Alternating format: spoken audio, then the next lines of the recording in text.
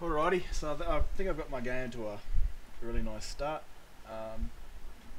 and I'm using Mod Organizer, which might make it a bit easier for me to work mods out and release them. But so I'm reworking and doing spawns again, all over again, to make sure it's just cleaner and there's none of my past edits in it. And I can't believe I'm this stupid, but I actually I had to create two different soldiers in my previous spawn mods, like Imperial Legionnaire and Imperial Juggernaut. You know, one was a heavy, one was a light. And yeah, I'm a bit of a simpleton, I'm very sorry. But this time I finally worked it to where now just the Imperial... I don't know if there should be an L there. Just, I think that looks a bit better, I think. Imperial Legionnaire will spawn with... You know, he won't spawn with a bow because I don't really want that. That's probably why it's got short hair enabled.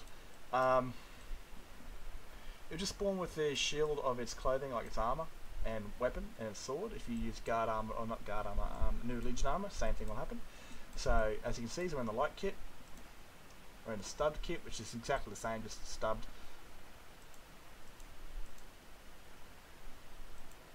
And boom, heavy. So the heavy will show up in the spawn. If you spawn 40 Imperial soldiers, they'll be wearing mix between light, stubbed and heavy. So yeah, a bit more authentic now instead of having to individually spawn the soldiers. Now it's just going to work as it would.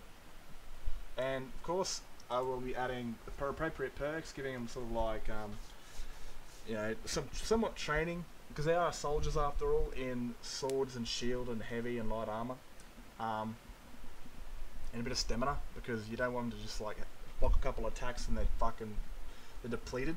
They are soldiers, they are trained, where bandits won't have any, so you'll have like the bandit melee and the bandit boss who might have like some perks, but this typical bandits will just be like, just pretty much cannon fodder.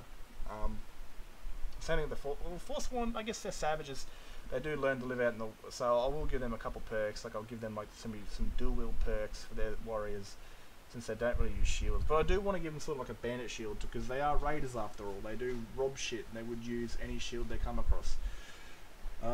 So I'll give them a shield, I'll give them like a berserker sort of savage, which will be trained in melee weapons, and of course they're archers, because I guess they live with the land, they train their entire lives.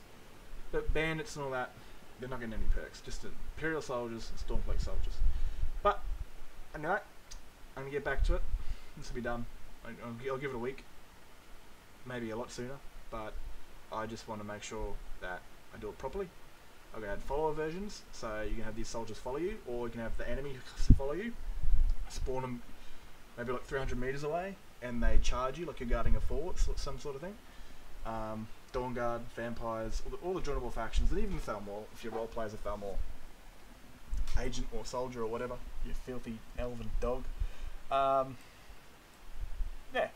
so I'm happy with this, because I don't have to worry about spawning a heavy Imperial troop now. Anyway, I'll get back to making this mod, and this will be the soonest mod that I this will be the mod that I release first, and then I do want to go and create my housecarls. I had to scrap it because I had to scrap my game, and I didn't really start much on it, so I'm gonna go there again and redo it, and I'll get Lydia out, and I'll get the 4 female housecarls, and might add some more here and there. I don't know. We'll see. Peace.